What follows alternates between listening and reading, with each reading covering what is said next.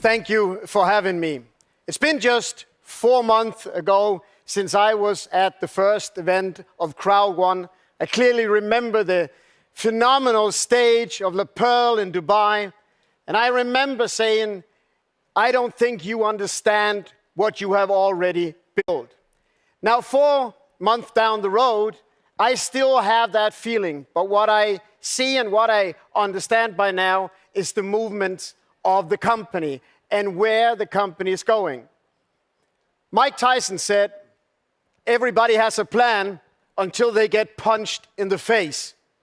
Now that's certainly true in boxing, just like it's true in life, just like it is true in business. Too often, we start out with an idea of how things are supposed to be, and then life happens, and we lose, what Johan so correctly said, perspective. We lose the big picture. We get caught up in the noise, we get caught up in the distractions, and we forget our way. In business, you have to have perspective. What I'm hoping to do is give you an idea of the perspective of CROWD1, its potential, its dynamics, and why the future of CROWD1 looks better than ever before. Let's step into it and see what we can do here. First thing we need to understand is any market, any product comes with a plan, comes with a strategy. Now, this is a very general method, but just try and humor me and try and see if you can identify with this process. So at first, we're going to see that you might have a raw material. It could be as simple a thing as a potato. To add value to that, you turn the raw material into a product. Now, once you maybe have turned a potato into a potato chip, you have an added value. It is more valuable to the marketplace. But that's not where the journey stops. The next level that you need to add is something called service, which simply means you need to be able to provide your product to the customer where the customer is and where the customer prefers to enjoy your product.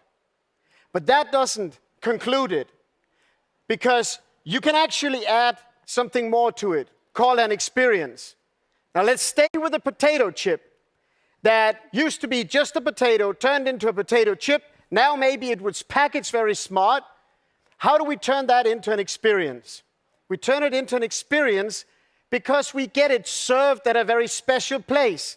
And what used to be just a potato now turns into something very special because it's a combination of everything. Once we've created an experience, you are going to see the highest form of marketing. That's when a customer, that's when a client of yours goes from being just a customer, just a client, into becoming a fan or an ambassador of your product and your brand. Not because we're paying them to, but simply because they had an experience with your product that they want to share with people. This is the goal of any marketing campaign out there. Why? Because it is the most trustworthy. It is the most efficient form of marketing. But it does come with a few challenges. Now, if we look at the next slide here, we're talking about the power of the crowd. The power of the crowd is not just the theme for this event. The power of the crowd is something that every one of you, no matter where you are, no matter where you're watching from right now, need to really appreciate and understand. And what you need to understand is that the power of the crowd is the power of you. Now, some of you might sit out there and say, well, I don't feel particularly powerful. I'm here to tell you, you're wrong. You are very powerful. You are powerful when you drive your car. You are powerful when you talk to people. You are powerful in every interaction you have. You are even powerful when you're at sleep. Let me try to explain that. Whenever any one of us wants to buy anything at all, we have certain things that we think about.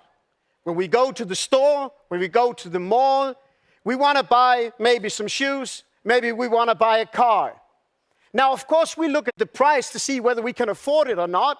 And of course, we look at the quality to see, is this, does it have a certain balance? But that part of the buying process is the easy part. That's the part between you and your purse.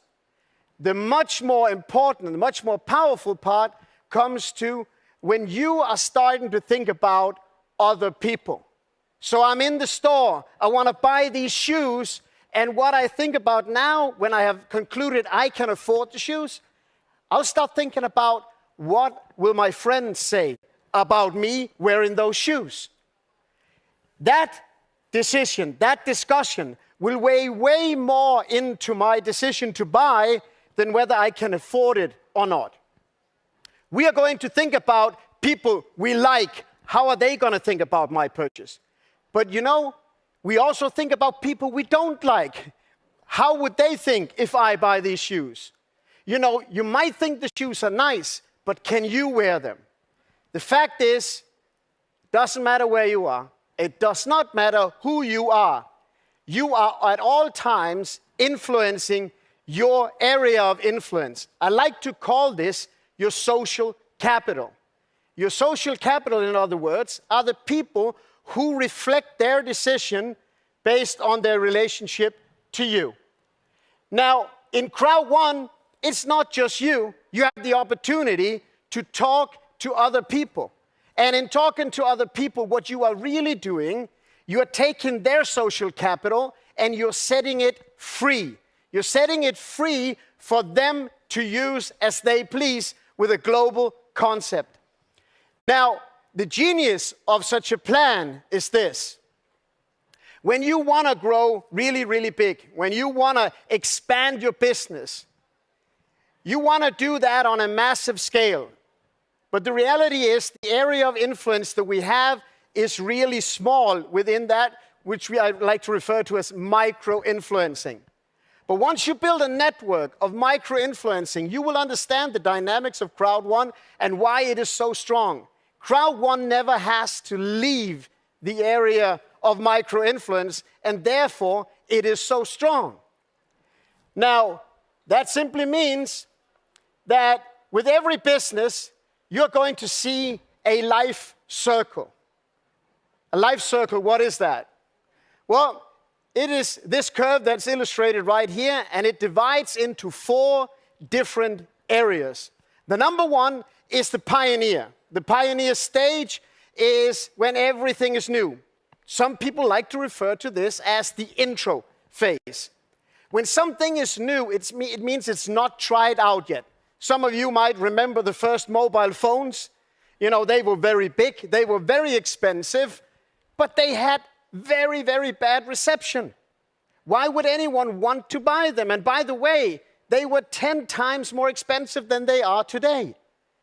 They were in a pioneer stage when they were just learning from their mistakes. They were developing it at all time. Now, we all know that the consequence since has meant that the market has been growing and growing.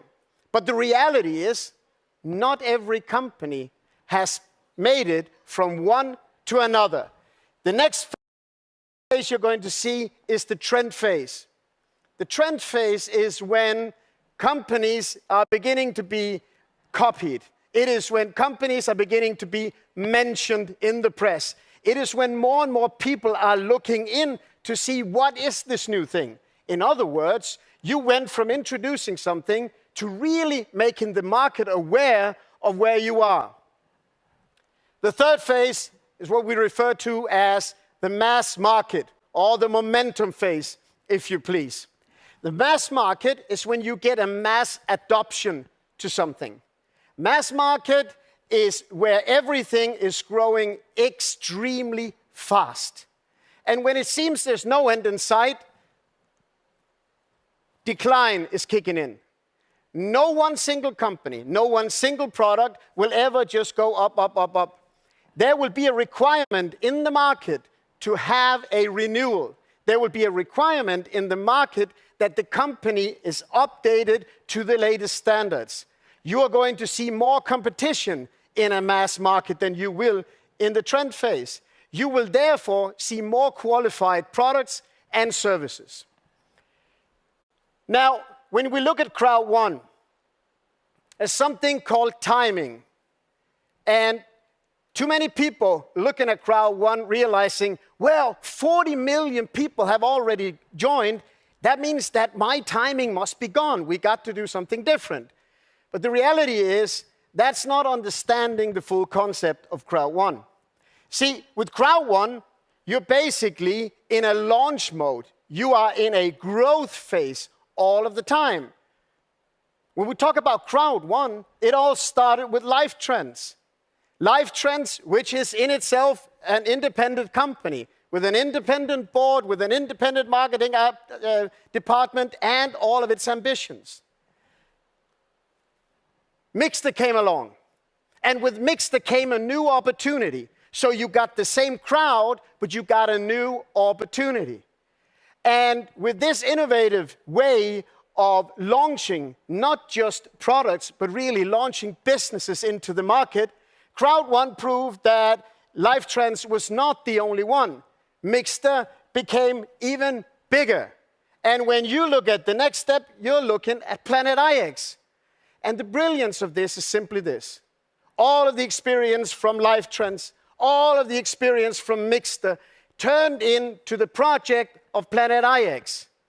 And I was so privileged just 3 weeks ago being in Dubai with some of the top leaders from around the world. And we were there not alone. We were in the new amazing offices. And we were joined by founders of each of these companies. And they could share their individual stories. And we could bear witness that these companies individually has gone into the multi-million euro businesses that they are today in absolutely record-breaking time. Think about Planet IX. Planet IX has just, barely 3 months on the market, really, and already now beating all of the records that are out there. We are seeing a constant growth. This is not just the growth of Planet IX.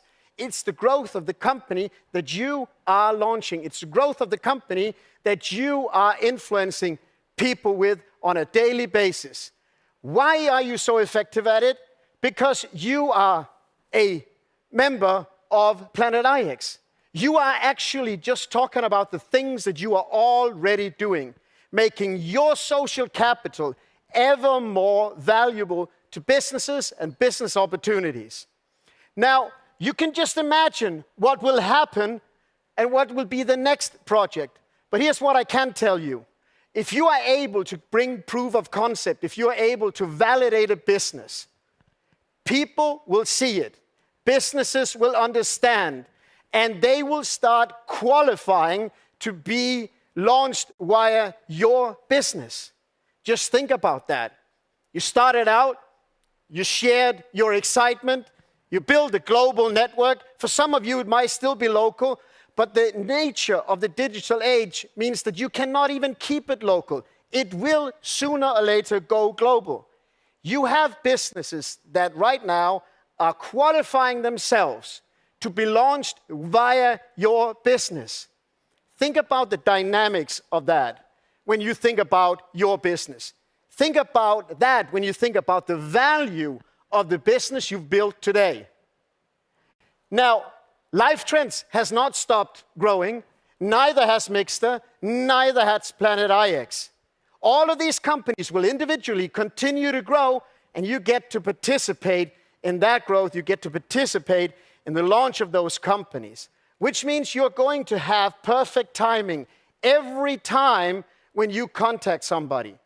You have developed full proof of concept, and with full proof of concept, with a strong market position, it simply means that right now, the likelihood of success for CROWD1 is a multitude higher than at the time when Jonas first excited the first people for his vision of the future.